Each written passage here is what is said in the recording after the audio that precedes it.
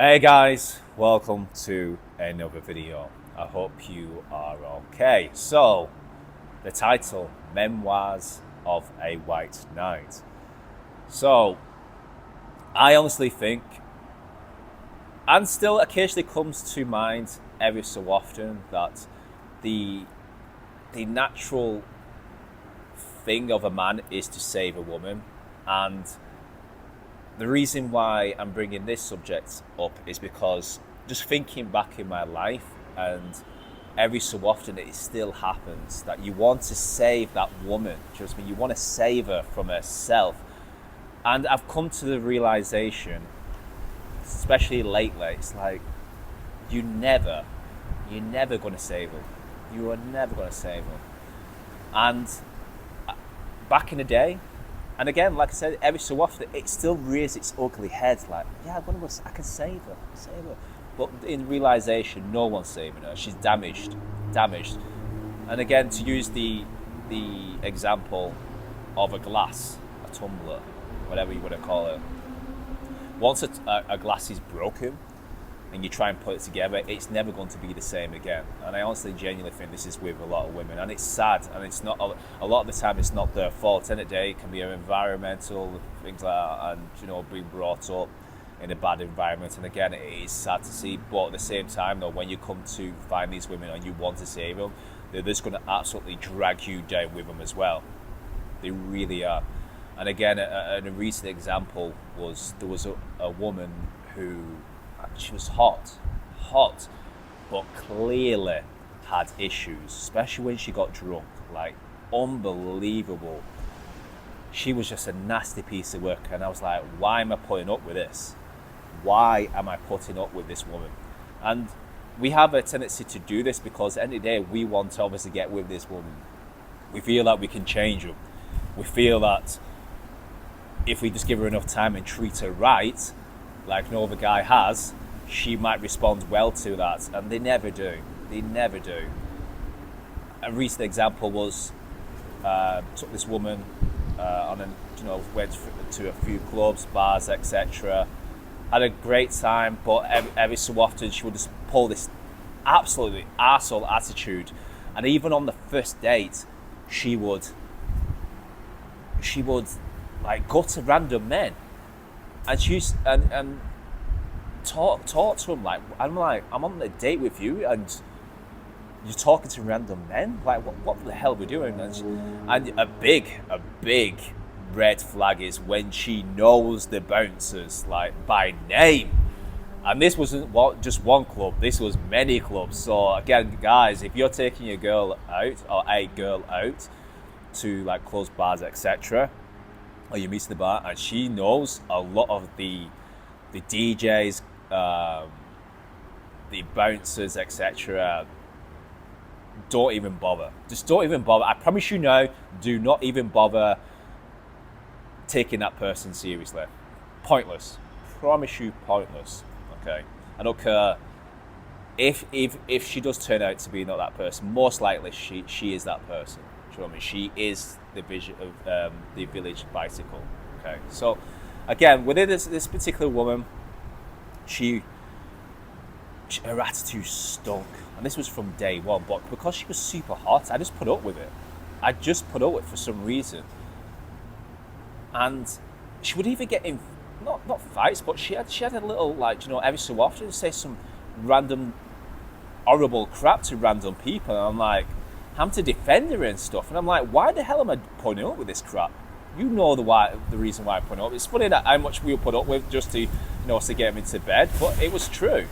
Like I just put up with so much crap, and then I thought, well, how about because every time we met, we was always drunk. It would always end up being drunk, and then from there, we would do what we do.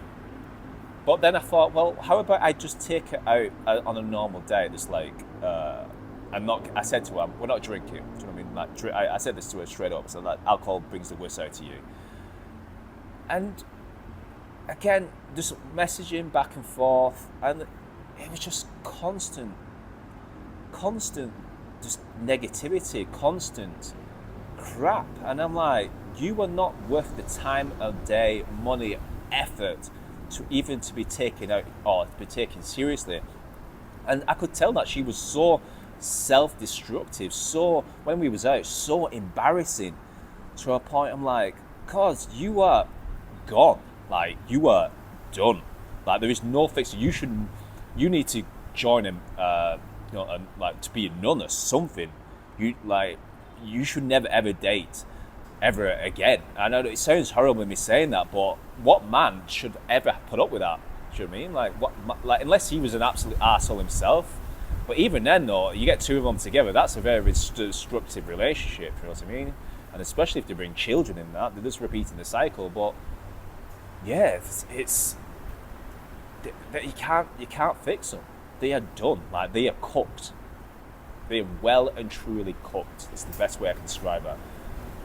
And when I'm thinking about this, and I've cut that person off, you kind of reflect on, like, your past relationships when this is, happened before, where my very, very first relationship, and I said this straight up, I was a very late bloomer. I think my first proper relationship was when I was 19, okay? And when that relationship did happen, I was like, thank God, thank God I've got there, do you know what I mean? And I put up with so much crap.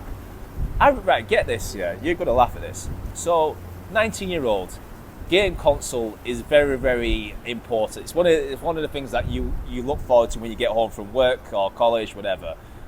I was such a simp, such a white knight, well, not for that term, but such a simp in general, that I sold my console to take her shopping at the Trafford Centre. Let that sink in. I sold my 360, my Xbox 360, what I absolutely loved, and I was only getting. So at the time, it's not now, but at the time, from the college, you would get like £30 a week. I think it was called EMA money. So I was only getting £120 a week. I wasn't really working much, and I had to give obviously my mum rent money, and this girl was kept asking me for things, and I just wanted to keep her happy. Obviously, that's what you think. If I just keep her happy, she'll stay with me, and the sex will continue, and everything will be all right. I'll have a future with this woman, etc. Because at that time, your first relationship, you think that's going to be forever, don't you? And at the time, I had zero money in my bank account. And I was like, right, let's go to it's called CEX, and it was where you could pawn off your second-hand goods. Your second-hand goods like your Xbox, or game consoles mostly and things like that. And I went in. I think I only got like £100, something like that. And I was like, right, okay. And now I'm going to buy her these boots from, I think it was from River Island. And then I'm going to take her, watch a movie, take her for something to eat. And yeah, I bought her everything. I spent all the money that I had that I sold on my Xbox and all the games, etc.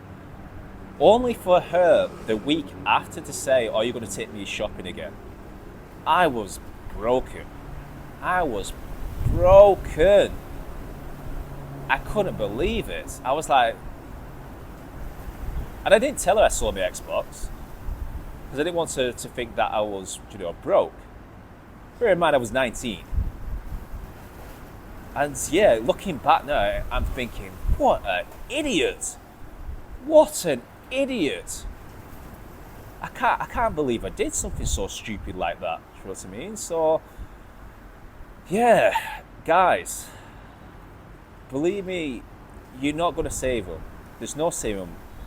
Red flags that I would look out for, I've already just mentioned one. If they know the bouncers, if they know the club promoters, if they know things like that. If they embarrass you, if they're constantly talking about how much they hate their family, if they're just being generally terrible people, just don't put up with it, guys. It's not worth it. You may think, oh yeah, once you get into bed, it's worth it. I promise you guys, this is coming from a 30-year-old person. it's not worth it. It really isn't. Once you find a decent person who's going to actually, you know, um, show you some form of respect, it's 20 times better. And she may be hot, but usually the hot ones, I'll be brutally honest, the hot ones are usually crap in bed anyway. I'll be real honest. Don't get me wrong, you do get the exception, but most of them, because normally they're the ones who are pursued, they're usually terrible in bed. I promise you. So, guys, if you're going to learn anything from the Memoirs of a White Knight, it's not worth it. You're not saving them. Don't be a simp to these women. It's pointless. Save your money, invest in yourself, and then you should be alright. Speak to you soon.